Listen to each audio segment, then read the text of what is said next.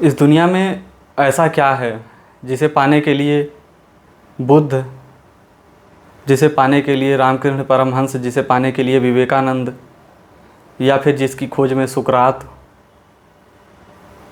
यहाँ तक कि चाणक्य राजनीतिज्ञ होते हुए भी, एक महान सम्राट अशोक,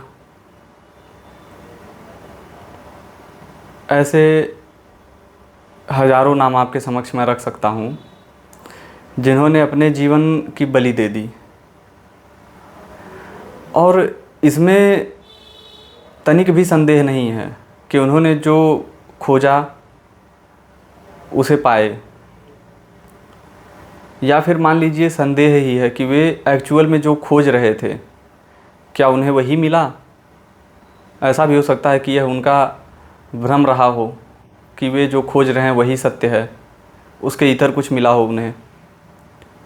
प्रश्न यह है कि सत्य क्या है, या ऐसे किस सत्य की खोज में ऐसे हजारों महापुरुषों ने अपने जीवन की बलि दे दी,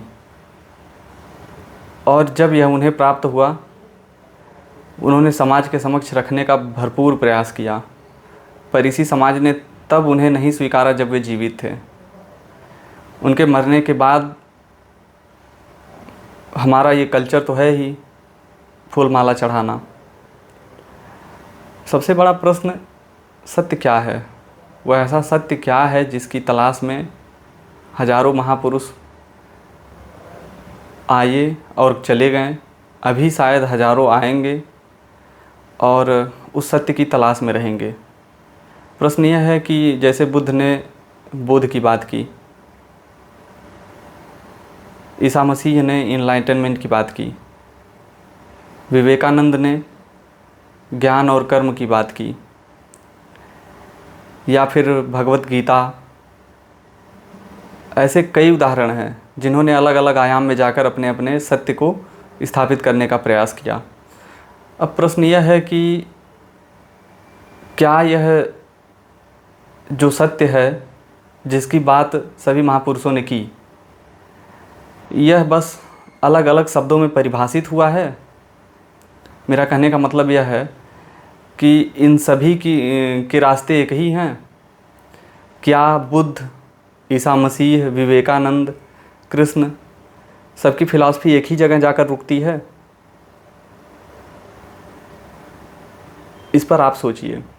मैं अपने पक्ष को आपके समक्ष रख सकता हूँ, पर वह मेरा पक्ष होगा, आपका नहीं। और आप में से कुछ लोग जो मुझे सुनते हैं वे इसी को गांठ बांध लेंगे, इसीलिए मैं अपने पक्ष को नहीं रखूँगा। आप अपने पक्ष को खुद तैयार करिए। रही बात कि सब एक ही जगह जाकर रुकते हैं, इस बात को मैं खंडित करता हूँ। इस बात को मैं खंडित करता हूँ इसलिए मुझे लगता है कि सभी अगर एक ही जगह जाकर रुकते तो बार बार यह प्रश्न हर इंसान के मन में नहीं आता। हर इंसान मतलब हर ऐसा व्यक्ति जो इस खोज में लगा है, जो उस अटल सत्य की तलाश में है, जो आज तक किसी को नहीं मिला है। मुझे लगता है अगर यह मिल गया होता तो दुनिया के सामने वह उपस्थित होता। आज हमें खोजने की ज़रूरत नहीं होती। बहुत से ऐसे लोग हैं जो आकर अपना पक्ष रखते हैं कि कृष्ण ने भी उस परम सत्य को खोजा। चूँकि वे ईश्वरीय शक्ति थे तो उनको मैं इस लिस्ट में नहीं लाता। बुद्ध से मैं गिनती शुरू करता हूँ। बुद्ध ने जिस सत्य को खोजा, अगर वह सत्य आखिरी होता, मतलब कि उसके बाद कोई और सत्य नहीं होता, तब शायद वे सही होते। परमहंस, विवेकानंद, स्वामी दयानंद सरस्वती, अरविंदो, जितने भी लोग थे, जहाँ तक मैं सोचता हूँ कि इन सब ने जिस भी सत्य को खोजा वह आधा और अधूरा है। सत्य कहीं इन सब के परे है। आप खुद बताइए, एक बार एवरेस्ट की ऊंचाई आप अगर चढ़ चुके हैं और आपने उसको अनुभव भी किया है तो आप लोगों के समक्ष उसको बेहतर रख सकते हैं।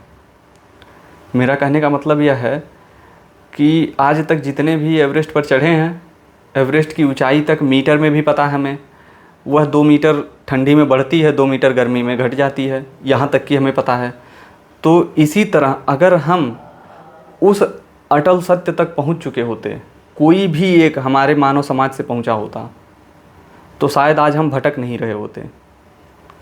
मेरा कहने का मतलब यह है कि अभी तक मानव समाज ने प्रकृति के उस अटल सत्य को प्राप्त नहीं किया है। बाकी आप अपने निष्कर्ष खुद तैयार करें। मैं सिर्फ सोचने के लिए आपको 2-4 आयाम देता हूँ। धन्यवाद।